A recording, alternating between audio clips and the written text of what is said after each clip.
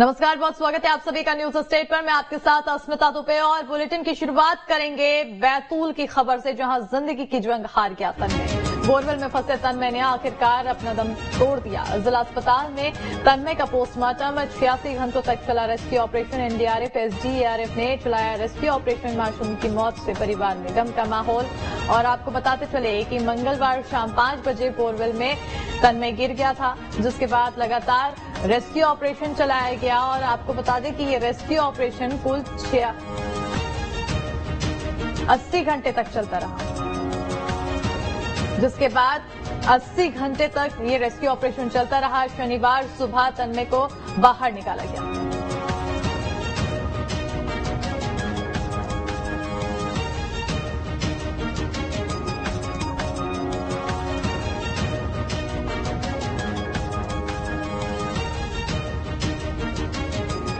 और देखिए, आपको तस्वीरें भी लगातार दिखाते जा रहे हैं। जब जो रेस्क्यू ऑपरेशन था, रेस्क्यू ऑपरेशन चला और शनिवार सुबह करीब 6 बजे के आसपास तन्मय को बोरवेल से बाहर निकाला गया। और उसके बाद उसे एम्बुलेंस के जरिए, इसी एम्बुलेंस के जरिए आपको टीवी स्क्रीन पर दिखा रहे हैं, जहां उसको जिला अस्पताल ले जाया गया। जिला अस्पताल में चेकअप के दौरान डॉक्टर ने उसे मृत घोषित कर दिया, जिसके बाद कहीं न कहीं ये निकल कर आया है कि जो 80 लंबे घंटा रेस्क्यू ऑपरेशन चला वो विफल साबित हुआ, फेल साबित हुआ। और बड़ी फेलियर प्रशासन के बताई जाएगी। परिवार इंतजार कर रहा था कि उनका बेटा वापस आएगा, सही सलामत वापस आएगा। पूरा गांव ये दुआ मांग रहा था। जो तन्मय जिस स्कूल में पढ़ता था, उस स्कूल के बच्चे हाथ जोड़कर गायत्री मंत्र पढ़ रहे थे, पूजा कर रहे थे, प्रार्थना कर रहे थे कि तन्मय सुरक्षित हो और सुरक्षित बाहर निकलकर आए, ताकि वो हमारे साथ एक बार फिर पढ़ाई कर सके पहले की तरह। लेकिन वो सभी प्रार्थनाएं फेल साबित हुई और तन्मय अब हमारे बीच नहीं रहा। और हमारे सहयोगी जितेंद्र जुड़ चुके हैं सीधा ग्राउंड जीरो से। चलिए रुक करेंगे हमारे सहयोगी जितेंद्र की ओर। जितेंद्र, आखिर पोस्टमार्टम में और कितना टाइम है? और साथ ही साथ अब ये भी बात करना चाहूंगी कि जिस तरह से प्रशासन ने इतना लंबा रेस्क्यू ऑपरेशन चलाया, लेकिन कहीं न कहीं यहाँ पर फेलियर दिखा। और स्ट्रैटेजी जो थी हर बार की तरह सेम थी। हालांकि हर बार अलग अलग दायरा होता है हर केस का, क्योंकि गड्ढे की जो गहराई होती है वो अलग अलग तय होती है। ऐसे में इस बार क्या वही सेम स्ट्रैटेजी अपनाना कहीं ना कहीं ये फेलियर साबित होता है? बिल्कुल, देखिए कहीं ना कहीं मध्य प्रदेश के निवाड़ी में भी यही घटना हुई थी। और उस घटना से कहने की जो सबक था वो लेना चाहिए था, क्योंकि वहां पर भी इसी प्रकार से जो एक गहरा गड्ढा है खोदा गया था, उसके बाद जो टनल है वो बनाई गई थी और बीच में कई ज्यादा जो हार्ड रॉक्स थे वो निकल कर आए थे। हालांकि वहां पर जो टनल है वो 3 से 4 घंटे के अंदर पूरी कर ली गई थी। 5 से 6 घंटे के अंदर टनल को बनाकर पूरा कंप्लीट कर दिया गया था, लेकिन बच्चा गहराई में था इसलिए उसकी डेथ हो गई थी और उसको बाहर निकाला गया था। यहाँ की अगर हम बात करें तो यहाँ का जो थोड़ा सा भूगोल था वो काफी अलग था, क्योंकि यहाँ पर जिस प्रकार से जो हार्ड रॉक्स निकल कर आए थे, जो चट्टाने थी, बताया गया था कि जो काला पत्थर है वो बीच में आ गया था। 1.5 फीट का जब खुदने का समय और बचा था, तो उस दौरान उस 1.5 फीट की खुदाई के दौरान एक काला पत्थर बीच में आ गया, जो कहीं ना कहीं पूरे रेस्क्यू ऑपरेशन का कहीं ना कहीं एक उसके अंदर एक काफी जो परेशानी का कारण बना। पहले जब ड्रिल मशीन से यहाँ पर गड्ढा किया जा रहा था, तो उस दौरान हमने देखा था कि ड्रिल मशीन से गड्ढा करने के साथ ही जो कहीं ना कहीं मिट्टी है वो नीचे धसकने लगी थी, मिट्टी गिरने लगी थी, जिसके बाद कहीं ना कहीं ये निर्णय लिया गया कि अब जो ड्रिल मशीन है उससे सुरंग को नहीं बनाना है। अब इसके लिए जो मैनुअली काम है वो करना है। और फिर मैनुअली जो टनल है उसको बनाने का काम शुरू किया गया। और उसके बाद करीब 24 घंटे से ज्यादा का समय लगा एक टनल को पूरा करने में, और तब जाके टनल पूरी हुई। और आज सुबह 6 बजे जो तन्मय का शव है उसे उस सुरंग से बाहर निकाला गया। लेकिन कहीं ना कहीं कई सवाल हमारे इस घटना के बाद जो है वो खड़े हो गए हैं। कई जवाब अब अधिकारियों को, जिम्मेदारों को देना पड़ेंगे। रेस्क्यू काफी अच्छे से चलाया गया। रेस्क्यू में लगातार एनडीआरएफ एसडीआरएफ की टीमें लगी रही। सबकी सिर्फ कोशिश एक ही थी कि कैसे भी करके तन्मय को बाहर निकाला जा सके, सकुशल बाहर निकाला जा सके। लेकिन ऐसी तस्वीरें सामने निकलकर नहीं आई। अब चूंकि तन्मय को इस समय जिला अस्पताल लेकर आया गया है, बैतूल के जिला अस्पताल में लेकर आया गया है, जहां पर उसकी जो डेथ है वो हो गई है। इन तस्वीरों को अगर आप देखेंगे पीछे, यहाँ पर एक बार फिर से बैतूल के जिला अस्पताल की जो तस्वीरें हैं वो यहाँ दिखाना चाहूंगा कि यहाँ पर जो परिवार है वो बाहर बैठा हुआ है। जो उसके पिता है और उसकी माँ है वो बाहर बैठे हुए हैं। और उनका देखिए हालत उनके समय काफी ज्यादा खराब है, क्योंकि जो तस्वीरें निकल कर आई हैं उनके सामने, जो सूचना उन्हें दी गई है वो सूचना काफी ज्यादा दिल दुखा देने वाली सूचना है कि उनका 8 साल का मासूम बेटा तन्मय अब इस दुनिया में नहीं रहा है, जिसके बाद उनकी मां का रो रो कर बुरा हाल है, जो कि यहाँ पर तस्वीरों में साफ तौर पर देखने को मिल रहा है। और इसके अलावा अगर हम बात करें तो यहाँ एम्बुलेंस भी है और साथ ही साथ यहाँ पर जो शांति वाहन है वो खड़ा हुआ है। तो यानी कि इसी से जो तन्मय है, शव वाहन जो है, इसी शव वाहन से तन्मय को यहाँ से लेकर जाया जाएगा। रेस्क्यू ऑपरेशन पूरा हुआ, काफी ज्यादा समय लग गया। उम्मीद थी कि तन्मय सकुशल बाहर निकलेगा और हंसता हुआ अपने गांव में एक बार फिर से खेलेगा, लेकिन कहीं ना कहीं जो परेशानी थी वो आई और आज ये रहा कि तन्मय अब इस दुनिया में नहीं है। बिल्कुल। लेकिन प्रयास काफी ज्यादा किए गए और इन प्रयासों के चलते कहीं ना कहीं जो रेस्क्यू ऑपरेशन है वो कंप्लीट हुआ। हमने देखा कि किस प्रकार से जो पोकलैंड के जो ऑपरेटर थे वो दिन रात लगे रहे ताकि गड्ढा जल्द से जल्द खोदा जा सके, जल्दी खोदा जा सके। और पोकलैंड जिस प्रकार से वहां पर चलाई गई तो हमने देखा कि किस प्रकार से जो पोकलैंड मशीनों के माध्यम से 3 दिन लग गए, 3 रात 3 दिन लगे जब गड्ढा खोदा गया। उसके बाद मुख्य काम शुरू हुआ SDRF और NDRF का टनल बनाने का, जिसपे होमगार्ड के जो हेड थे वो इस पूरे ऑपरेशन को लीड कर रहे थे। टनल जैसी ही खोदी गई, फिर बाद में पता चला कि अब मैनुअली खुदाई आपको करनी पड़ेगी, क्योंकि अगर आप ड्रिल मशीन से खोदेंगे तो मिट्टी नीचे धंसने लगेगी और दिक्कतें आनी पड़ेंगी। उसके बाद यहाँ पर ड्रिल मशीन को हटाकर मैनुअली जो खुदाई थी उसकी वो की गई और मैनुअली खुदाई करने के बाद रिजल्ट ये निकला कि तन्मय तक पहुंचे जरूर, लेकिन तन्मय उस अवस्था में नहीं मिला जिस अवस्था में कहीं ना कहीं सोचा गया था। आखिरकार तन्मय की जो जान थी वो जा चुकी थी। वहां से उसको पहले ही हमने देखा था कि किस प्रकार से व्हाइट जो कपड़ा होता है उसमें ही उसको लेकर आ रहे थे और तन्मय को उस व्हाइट कपड़े में लपेटकर ही सुरंग से नीचे निकाला गया था, एम्बुलेंस में रखा गया था।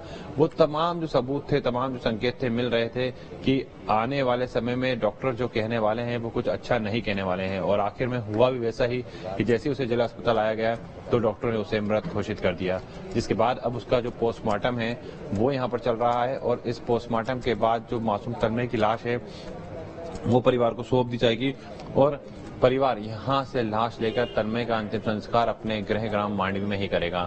लेकिन देखिए, हमने देखी कि तस्वीरें किस प्रकार से देश भर में दुआएं मांगी गईं, किस प्रकार से गांव के जो लोग थे वो भी कामना कर रहे थे कि जल्द से जल्द जो तन्मय है वो सकुशल बाहर निकल कर आ जाए। किस प्रकार से तन्मय जिस स्कूल में पढ़ता था वहां पर गायत्री मंत्र का जाप किया गया था, बच्चों के द्वारा भगवान से प्रार्थना की गई थी कि उनका जो सहपाठी है तन्मय वो सकुशल बाहर आ जाए और एक बार फिर से उन्हीं के साथ उसी कक्षा में वो खेलता हुआ नजर आए, उसी कक्षा में पढ़ाई करता हुआ नजर आए। तो कई सपने थे इन बच्चों की आंखों में, लेकिन कहीं ना कहीं देखिए ये जो घटना है वाकई में अपने आप में दिल दहलाने वाली घटना है, क्योंकि लगातार रेस्क्यू ऑपरेशन चलाया गया। एक अंधेरी गुफा में एक मासूम बच्चा डर के साए में रहा।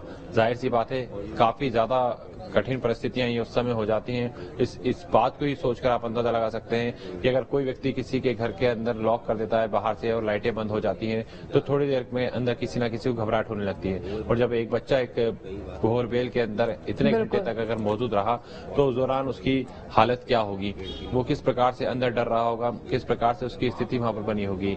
तो यहाँ पर अब कहीं ना कहीं जो सबक है वो जरूर लेना चाहिए। और जितनी भी देश के अंदर हम सिर्फ मध्य प्रदेश की बात नहीं करेंगे, देश के अंदर जितनी भी ऐसी बोरवेल है जो कि अभी भी खुली हुई है उसमें किसानों ने अगर कैसिंग नहीं डाली है या फिर उसको बंद नहीं किया है या फिर उसको खुला छोड़ दिया है तो उनसे भी हम न्यूज स्टेट के माध्यम से यही अपील करेंगे कि आप अपने जो बोरवेल हैं उन्हें कृपया करके बंद करें, क्योंकि ये जो घटनाएं हैं ये आने वाले समय में कभी और भी घट सकती हैं और ना जाने अगला बच्चा किसका हो। इसलिए अभी से इस घटना से सबक लेने की जरूरत है कि ऐसी घटनाएं ना हो। इसलिए इस प्रकार की जितनी भी बोरवेल हैं उन्हें कृपया कर बंद कर दें ताकि ऐसी घटनाएं ना हो और इस तरह से जो एक परिवार के ऊपर एक दुख का पहाड़ टूटा है वो पहाड़ किसी और परिवार के ऊपर ना टूटे। तो देखिए अब यहाँ पर अगर हम बात करें वर्तमान की स्थिति की तो यहाँ पर जो प्रोसेस है वो लगभग अब पूरी होती हुई नजर आ रही है, क्योंकि यहाँ पर जिस प्रकार से हमने देखा कि किस प्रकार से जो रेस्क्यू ऑपरेशन था वो चलाया गया और अब जो स्थिति है वो यहाँ पर पूरी समाप्त हो गई, पूरी स्थिति पूरी साफ हो गई है कि जो तन्मय है अब वो बीच में नहीं बचा है, अब वो हमारे बीच में नहीं है। अब सिर्फ और सिर्फ यहाँ पर प्रोसेस की जा रही है कि जैसे ही तन्मय के शव को बाहर निकाला जाएगा उसके बाद इस शव वाहन के माध्यम से उसे उसके गांव गृह ग्राम मांडवी लेकर जाएंगे और वहीं पर उसका अंतिम संस्कार होगा। बिल्कुल जितेंद्र, बहुत बहुत शुक्रिया, आपने तमाम खबरें और तमाम अपडेट्स लगातार तन्मय को लेकर दिया। अब देखिए, इस तरह की जब घटना सामने आती है तो घटना के बाद ऐसी तमाम घटना पर आंसू बहाना हमारी नियति निकल कर आती है। और अगर हम सबक लें तो कहीं ना कहीं ये घटना भी एक बार को सबक देती है और हमें सबक लेना बहुत ज्यादा जरूरी है कि हम बोरवेल को किस तरह से अगर खुले में देखते हैं तो उसको लेकर हम ढकें, उसके आसपास बैरिकेड कर दें। लेकिन हम हर बार ऐसे ही कहते हैं, सबक की बात कही जाती है, सबक लेता हुआ नहीं दिखाई देता है। तन्मय आखिरकार जिंदगी की जंग हार गया है। तन्मय की मौत से परिवार में भी गम का माहौल है। इसमें मासूम के चाचा ने न्यूज स्टेट से बातचीत किया, ये सुनते हैं क्या कुछ कहा है। फिलहाल जिसका डर था वही हुआ, ऐसा नहीं होना चाहिए था। क्या लगता है आपको, कहाँ गड़बड़ी होगी? गड़बड़ी वही हो गई, हम काफी लेट हो गए उसे निकालने में। आप तन्मय के चाचा हैं, आप भी वहां पर मौजूद रहे थे। क्या, कहाँ, किसकी गड़बड़ी को आप किसको मानते कि किसने लेट कर दिया? लेट किसी ने नहीं किया। देखो, प्रयास तो निरंतर जारी था, प्रशासन भी मतलब दिन रात लगा हुआ था, पर कहीं न कहीं हम उसे समय पर नहीं निकाल पाए। अगर समय पर निकल जाता? हाँ, समय पर अगर उसी दिन निकल जाता तो आज तन्मय हमारे बीच में होता था। ऐसा लगा नहीं कि जो टनल थी वो 24 घंटे से ज्यादा समय लग गया, अगर वो जल्दी बन जाती तो? नहीं, देखो, कोई भी यही नहीं चाहेगा कि मतलब यूं कि जो काम 2 घंटे में होना है वो 4 घंटे करे, कोई भी नहीं चाहेगा ऐसा, है ना। प्रशासन मतलब यूं कि प्रशासन पूरी तरह लगा हुआ था। हमारे कलेक्टर साहब दिन रात 3-4 दिन से सोए नहीं, वो भी एसपी मैडम वगैरह सारे लोग मतलब निरंतर प्रयास कर रहे थे सभी लोग।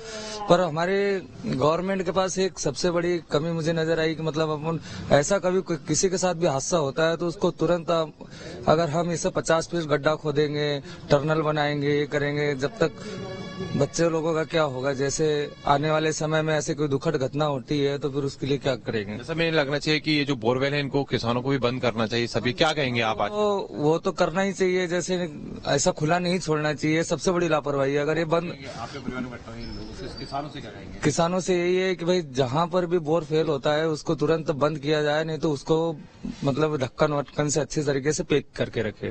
बिल्कुल। तो ये तन्मय के चाचा यहाँ पर मौजूद थे, जिनका साफ तौर पे कहना है कि अगर समय पर यानी कि जल्दी अगर तन्मय को निकाला जाता तो शायद आज तन्मय उन सबके बीच में होता।